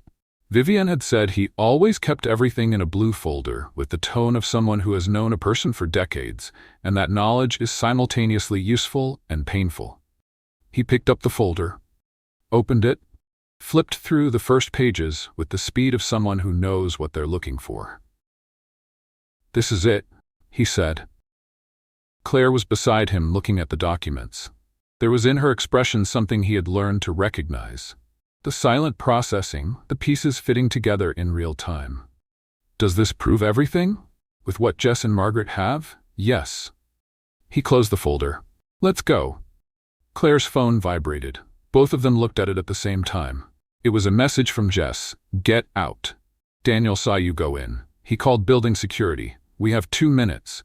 There were not 2 minutes. There was less. The elevator in the corridor lit up its floor panel at the same moment Nathan closed the drawer. Someone was coming up. "Security guards don't use the stairs when the elevator exists." "Roof," said Nathan. "What?" "Door at the end of the corridor. Roof access. There's a freight elevator the groundskeepers use. It goes all the way down to the basement." Claire looked at the office door, at the elevator panel in the corridor, 38th floor and rising. At Nathan. "How do you know that?" "My father showed me the whole building when I was 10 years old." They left. The rooftop of the 45th floor of the Hale building was objectively beautiful. It was not the moment to appreciate that. The freight elevator was in a corner covered by a metal structure. There were potted plants the groundskeepers had left in the middle of the path, and Claire had tripped on the second one because she was in heels and carrying a folder and looking back at the same time. Nathan caught her arm before she fell. They stood still for a second, him holding, her steadying, all of Manhattan below with the lights that never go out. "Thank you," she said quietly.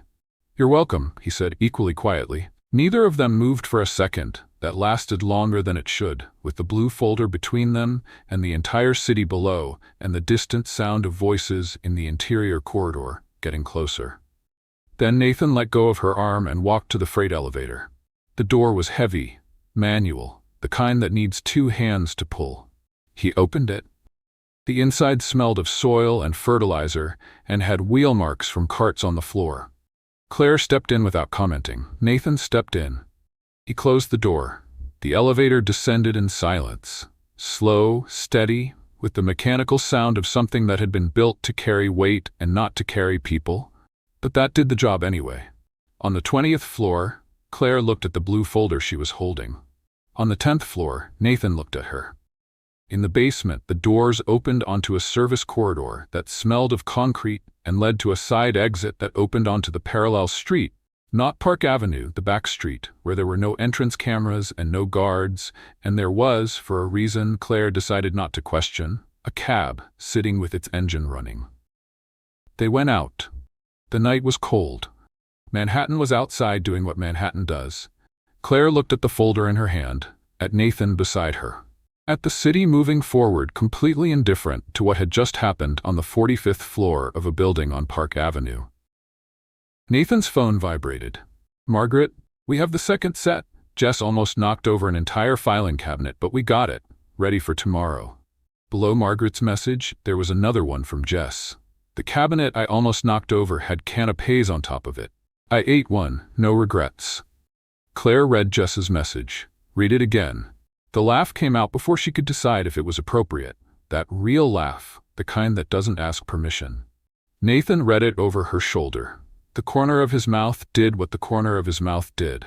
It was the most unlikely scene imaginable. It was completely real. On the other side of the city, a cab stopped on a midtown sidewalk. Margaret got in first. Jess followed with the folder from the second set and the expression of someone who had had a much more interesting night than she had planned. "We got it," said Jess. "We got it," confirmed Margaret, already opening her tablet. Nathan's penthouse at 2 a.m. smelled of coffee. Just coffee. Because it was the third time someone had turned on the coffee maker in 90 minutes, and the 40th floor apartment had absorbed the aroma with the resignation of something that has no choice.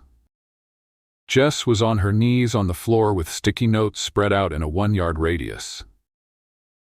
Margaret was sitting with her tablet and an expression suggesting she had mentally reorganized the attorney's filing system at least 4 times without saying anything. The attorney was standing with a pen in his hand, looking at the documents with the focus of someone who billed by the hour and was taking it seriously, even for free. Nathan placed more coffee on the table. Jess took it without looking. Drained it in 2 sips. Put the mug back. Margaret took hers with the precision of someone who had calculated exactly how much coffee she needed to function over the next few hours. The attorney was drinking tea. Everyone looked at him.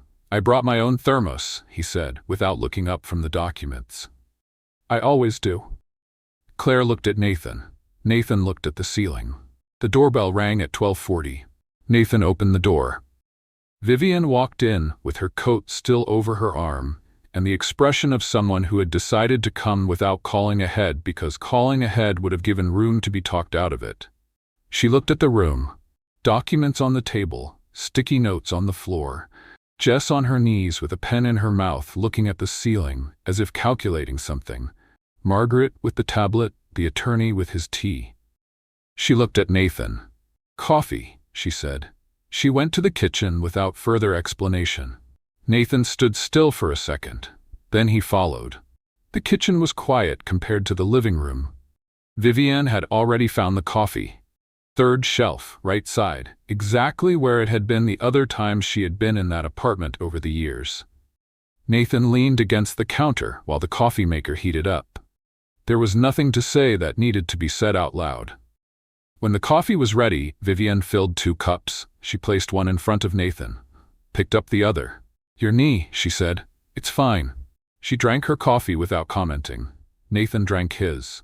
At 3 in the morning, Vivian picked up her coat from the back of the chair. She placed her hand on Nathan's shoulder for a second, just one. Then she left as quietly as she had arrived. At 3:20, the coffee ran out. Not someone's cup. The coffee. The whole bag. The last spoonful had gone into the previous round, and nobody had noticed because everyone was looking at documents. Jess looked up from the floor when the coffee maker made the empty sound. She looked at the coffee maker, at Nathan, at Margaret, at the attorney who was serenely drinking his tea. "Is there more somewhere?" Nathan opened one cabinet, closed it, opened the one on the right, closed it, opened the lower one, and stood still for a second. He pulled out a forgotten bag from the back, crumpled, with an expiration date that nobody was brave enough to read out loud. Jess raised both arms as if she had scored a goal. Margaret looked at the bag with the expression of someone assessing the risk and having decided the risk was acceptable. The attorney kept drinking his tea. At 4:30, the attorney set his pen on the table. "We're ready." The room went quiet. Jess was sitting on the floor with her back against the wall and a green sticky note in her hand. The one that had closed the circle, the document that had connected Alexander directly to the supply network redirection. She had found it by accident. She had been looking for the wrong thing in the right place when it appeared. "This, here," she had said at 4 in the morning, placing it on the table in front of the attorney. The attorney had read it again, looked at Jess with the expression of someone completely revising their opinion of unofficial private investigators. "How did you find this?" "Wrong theory." He had been quiet for a second.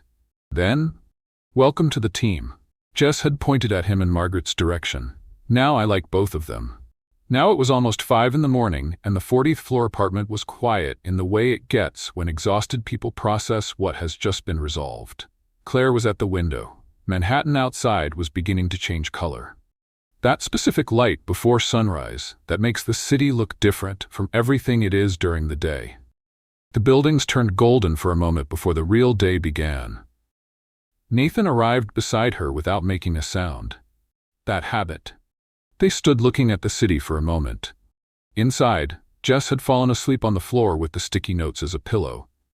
Margaret was reorganizing the documents one last time. Not because they needed it, but because that was who she was. The attorney was rereading his notes with cold tea in his hand. Claire looked at them. At Nathan beside her. At the city outside. None of these people had been in anyone's plan. All of them were here. She didn't say anything. She didn't need to. At 8:30, Nathan called 2 cars. They went down. Got in. The city was awake and running. Traffic lights, pedestrians, the specific sound of Manhattan that waits for no one. The attorney was rereading his notes in the front seat. Margaret had her tablet. Jess was looking out the window with the energy of someone who had slept 40 minutes on the floor and had decided that was enough. At 9:20, the car stopped, not at the destination. In the middle of Fifth Avenue, the traffic ahead was completely frozen. The kind of stop that wasn't going to resolve in minutes. Margaret opened the navigation app, read it, closed the app without commenting. Nathan opened the cab door. Get out. Manhattan at 9:20 in the morning was not waiting for anyone. They ran. Nathan in front with the blue folder, Claire beside him with Jess's documents, the attorney on the phone with the conference room without losing his breath, which was technically impressive. Margaret ran with the posture of someone who had decided that dignity and speed were not mutually exclusive. Jess was ahead of everyone. How is she in front? Said Nathan without stopping. I don't know, said Claire, also without stopping. They weaved around a group of tourists, around a dog, around a man with a hot dog cart who looked at the group with the expression of someone who had seen a lot of things in that city, but this was new. 10 minutes to 10. The building appeared at the end of the street. Vivienne was at the front door. In her coat, bag on her arm, completely unhurried, as if she had known from the beginning that they would arrive running and had come out early to be there when they did. She looked at the 5 of them panting on the sidewalk. You're late. Nathan tried to speak. He needed a second to catch his breath. We're here. Then come in. Vivienne held the door. 4 minutes. The conference room on the 30th floor was the kind that exists to belong to no one. Neutral walls, long table, soft leather chairs, the kind of setting where decisions that affect people's lives are made by people who have never met those lives. Alexander Hale was at the head of the table when the door opened. He was in the middle of a sentence. Something about institutional solidity, about decades of responsible building, about the Hale Group's commitment to partners who shared their values. His voice had the texture of someone who had said those words many times and had stopped checking whether they were still true. Thomas Montgomery was on the opposite side of the table. 62 years old. Completely white hair. The posture of a man who had built something from nothing and had spent 2 years watching it crumble without being able to understand why, because he worked harder, cut more, tried more, and the hole kept growing. He had arrived at that meeting half believing. The other half was still waiting for someone to prove there was a way out. 2 minutes before the official start, the door opened again. Claire walked in.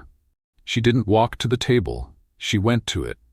The stack of documents hit the surface with a bang that cut off Alexander's sentence in the middle and echoed off the neutral walls of the room like something that had been waiting too long to happen.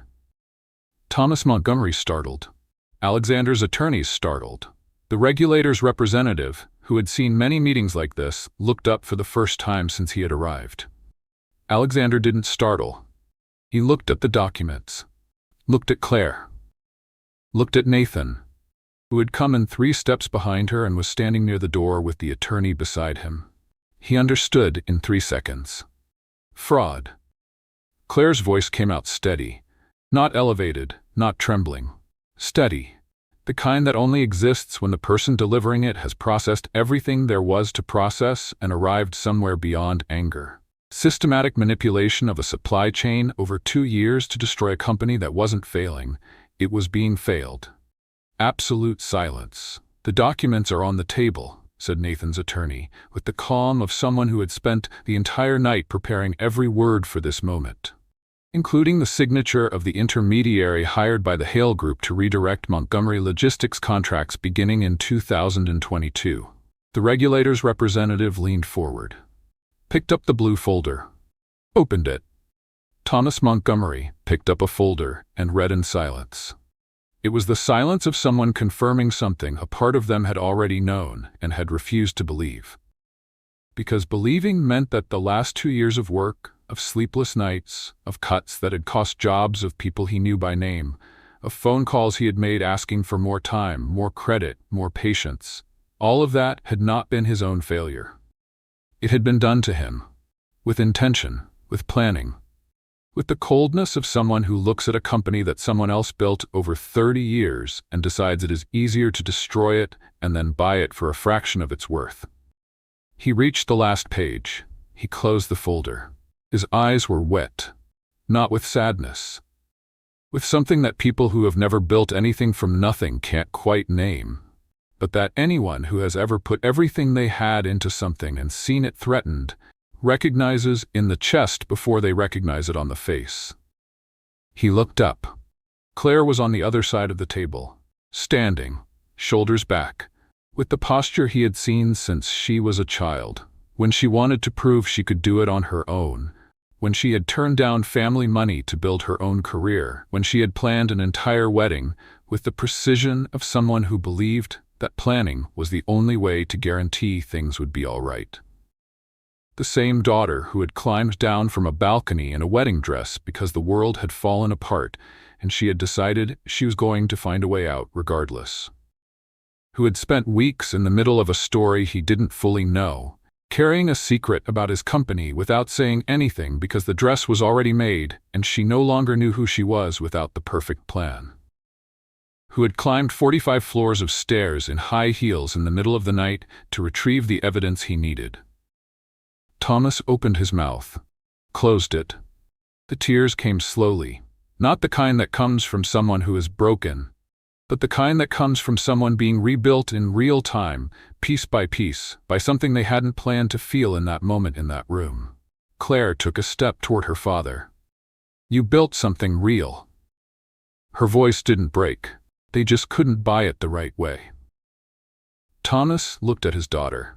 There are things a parent wants to say to their child that never come out with the right words, because the right words don't exist for the weight they carry. So he did what he had done when she was little and had stumbled learning to walk and had gotten back up without asking for help. He nodded. Once, just once. It was enough. Alexander said nothing when the regulator closed the blue folder and opened his notebook. There was nothing to say. The documents said everything. The intermediary's signature closed the circle. The redirection chain was documented with dates and figures that left no room for alternative interpretation, and the regulator's representative had enough experience to recognize what he was reading and what would need to happen next. Alexander Hale looked at the papers on the table for a moment. Then he looked at Nathan. Nathan was standing near the window, not at the head of the table, not in any position of power, just present, with the expression of someone who had made the most costly decision of his life and had made peace with the price. Father and son looked at each other for a second that had decades inside it. Alexander stood up. He picked up his jacket from the back of the chair with the precise movements of someone who had learned a long time ago that leaving in silence was always better than leaving with explanations. He left. The door closed. The silence that remained was different from the one before. Not the silence before the blow, but the one after. The kind that exists when something heavy finally settles. Marcus had stayed. He was sitting 2 seats down from where his father had been, hands on the table, eyes on the documents still spread out in front of him. 32 years old. The new suit. The posture of someone who had arrived in that room believing he was following a path and was discovering that the path led somewhere he hadn't chosen. Nathan walked to the chair beside his brother. He sat down. Marcus didn't look up right away. "How long did you know?" he said at last. "Long enough to have done it differently before now." Marcus was quiet. "And now?" Nathan looked at the table, at the documents, at his brother's hands, 32 years old, that hadn't yet learned what 6 years of wrong choices teach. "Now you decide." He said it with the voice of someone who isn't judging, because you can't judge what you've done yourself. "Not our father. You." Marcus looked at him for a long moment. Then he nodded. He stood up. He left without another word. The door closed for the second time. The corridor was quiet when Nathan came out of the room. Margaret was leaning against the wall with her tablet closed. Closed, for the first time in the entire operation. Jess was beside her with the expression of someone who had processed the last 24 hours and was still arriving at the end of the count. When Claire came out, Jess went to her without asking permission and hugged her. The specific kind of hug that 15 years of friendship knows when the other person needs it and doesn't ask whether she wants it. Claire went still for a second. Then she hugged back. Margaret stood beside the two of them. She didn't hug. That wasn't who she was. But she placed her hand on Claire's shoulder for a second, with the same gesture Vivienne had made with Nathan on the penthouse rooftop in the middle of the night. And anyone who had followed this far felt the symmetry without anyone needing to point it out. Vivienne was at the far end of the corridor. She had been there for the entire meeting. She hadn't gone in. It wasn't her place. She had stayed, because sometimes presence is the only thing that matters, and she had learned that too late to use it in other ways, but not too late to use it now. Nathan walked toward her.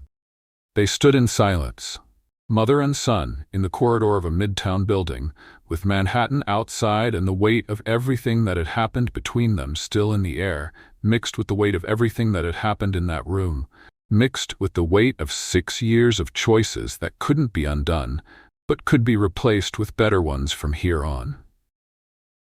Vivienne looked at her son for a long moment. She placed her hand on his face, a mother's hand that has known that face since the very first day, that watched it grow, watched it harden over the years, that had hoped he would find his way back to who he had been before Alexander decided who he should be. 1 second. Just one. Then she let go. Nathan stood there with that second still in his hands. Thomas Montgomery came out of the conference room with the closed folder under his arm and eyes that still carried what had happened inside. He found Claire in the corridor. The two of them stood still for a moment, father and daughter, with 30 years of history between them, and the last few weeks that had changed what each of them knew about the other. Thomas looked at his daughter, at Nathan, who was 2 steps behind, at his daughter again. "I need a successor." His voice was different from how it had entered that building. Not broken, just honest. 30 years building something I almost lost without understanding why. He looked at Claire with the expression of someone who had made a decision and was at peace with it. "Sweetheart, will you learn my role and take over?" Claire looked at her father. There had been a version of that question she had turned down for years. The version that said you don't have to build it alone, the path already exists. She had turned it down because she needed to prove she could. She had proved it. Now the question was different. It wasn't "let me give you a shortcut." It was "you've already proved you deserve it. Now choose." She looked at Nathan. He had the expression of someone waiting, not anxious, not calculating, just present. "With one condition," said Claire. Thomas waited. She didn't take her eyes off Nathan. "He comes with me." Nathan opened his mouth, closed it, looked at Thomas, at Claire, at Thomas again. "I've just been hired by a chief executive who never formally interviewed me. You climbed 45 floors of stairs carrying my daughter and the evidence against your own father." Thomas looked at him with the expression of someone who had built a business from nothing and knew how to recognize a partnership when he saw one. "I think the interview already happened." Nathan looked at Thomas for a second. "When do I start?" "Monday. Today is Friday. Then rest over the weekend." Thomas picked up his coat. "You'll need it." On the midtown sidewalk, the early morning sun had finally arrived. That light that makes Manhattan seem temporarily possible before it remembers that it's Manhattan and doesn't ask anyone's permission. Thomas stopped in front of a building that Claire recognized, the Montgomery Logistics headquarters, with the sign slightly faded after 2 years of pressure that hadn't been the fault of anyone working inside. "It's going to need some work," said Thomas, looking at the sign. Claire looked at the building, at Nathan beside her, at the building again. "I've organized events in worse places." Nathan looked at her with that expression that wasn't quite a smile but came close. The same one from the mansion garden, the same one from the staircase at 2 in the morning, the same one as all the times he had stopped calculating and started simply being there. Thomas looked at the two of them. Then he looked at the building with the expression of someone who had spent 2 years thinking he was watching the end and was now watching, instead, the beginning of something else. The sharks Alexander had left in the market were still out there. They just didn't know yet what was coming. Claire's phone rang at 7 in the evening. "Nathan," she answered. "Wear your best clothes." No introduction, no context. "Meet me in front of the Soho loft in 1 hour." He hung up. She stood still for 3 seconds. She went to her closet. On the sidewalk in front of the loft, at 8 on the dot, there was a group that had never been planned to exist together. Jess was in a red dress with the energy of someone who had received Nathan's call, understood in 2 seconds what was happening, and used the remaining time to get ready and call Thomas Montgomery without consulting anyone. Thomas was in a dark suit. He had arrived by cab. He had gotten out with the posture of a man who had built a company from nothing, and who was about to crash a contemporary art opening in Soho at 8 o'clock on a Friday night, because his daughter would be there, and that was reason enough for anything. And Margaret was on the sidewalk. In a navy blue dress, bag on her arm, tablet put away for the first time in weeks. She had gotten dressed up, she had called the car, she had come. Nathan saw her and stood still for a second. "Margaret? Nathan." She looked at the loft door, at the exhibition poster, back at Nathan. "Do you have an invitation?" Silence. Margaret looked at the door for a long moment. She straightened the bag on her shoulder. "I'll see you tomorrow." She turned and walked away, with the intact dignity of someone who had principles and kept them even when dressed up at 8 o'clock on a Friday night in Soho, even when she wanted to stay, even when she knew exactly what was going to happen inside. Nathan watched her go. Claire came up beside him. She had seen everything. "She'll be fine," said Claire. "I know." He kept watching for 1 more second. "It's who she is." Jess's phone vibrated. She read it. Stopped. She turned the screen toward Claire without saying a word. It was a photo on social media. Daniel and Sophie at a restaurant, smiling, with the caption, "Officially." Below it was a note explaining that Sophie had originally been hired to get close to him and had stayed anyway. $2 million and a genuine relationship, in that order. Claire looked at the photo for a second. Thomas looked over her shoulder. He went quiet. "Is he happy?" "Looks like it." Thomas looked at Nathan, at his daughter, at the photo again. "Good for both of them." He put his hands in his pockets. "Shall we go in?" Jess went first, because Jess always went first. Nathan went second with the ease of someone who had done this his whole life. Right clothes, right stride, the expression of someone who belongs there. Claire went third. Shoulders back, measured step, the expression she had learned on a sidewalk in the Upper East Side months ago, and that had become truly hers. Thomas went last. He looked around. At the ceiling, at the artwork on the walls, at the server who passed by with a tray of canapés. He took one, ate it. He looked at Nathan with the expression of someone who was beginning to understand certain things about his future son-in-law that he hadn't understood before. Nathan looked at the canapé in Thomas's hand. He said nothing, but the corner of his mouth did what the corner of his mouth did. The gallery was full, the kind of event where people circulate with glasses and look at the artwork with expressions that suggest deep understanding regardless of what they actually feel. The curator spotted them within 3 minutes. He had been notified. Nathan had called earlier, a short, direct conversation with a specific request that the curator had listened to in silence and then said, "Finally." He walked toward the 4 of them with the composure of someone who knew exactly the role he was about to play and had decided to play it with as much elegance as possible. He stopped in front of Claire. He took the card from his pocket. The same card for the 3rd time, with the offer that had never expired. Claire took it with the familiarity of someone who had made that gesture before. Then the curator opened his other hand, a small box, navy blue. The kind that doesn't need an explanation. Claire looked at the card in her right hand, at the box in the curator's left hand, at Nathan. He was 2 steps from her, without the glass this time, without the calculated gesture, without any of the layers she had learned to distinguish from the real version. It was just him. The same one from the mansion garden, the same one from the lopsided pancakes, the same one who had stayed quiet at the right moments from the very beginning. "You came," he said. It wasn't about the gallery, it wasn't about Soho. It was about everything. The trellis, the 3 parties, the agreement signed in front of her ex, the lopsided pancakes, the silence at the right moments, the email with her name in it, The confession without excuse, Jess with the ice cream and the whiteboard, 45 floors of stairs in high heels, the crash of the documents on the conference table. You built something real. Vivian was there. It was about the bouquet of white peonies set down in the grass, with the easy naturalness of something that no longer belonged to anyone. It was about a woman who had planned everything and had discovered that the best things don't fit into plans. Claire took the box from the curator's hand. She opened it. The ring was simple, beautiful, the kind that doesn't need to announce anything, because whoever needs to know already knows. Jess made a sound that wasn't a scream or a cry or a laugh, but was all three at once. The specific sound of 15 years of friendship watching the right person at the right moment, finally arriving where they always should have been. Thomas stood still for a moment. Then he put his hand on Nathan's shoulder. Not the business handshake. Not the assessment of a father examining a future son-in-law.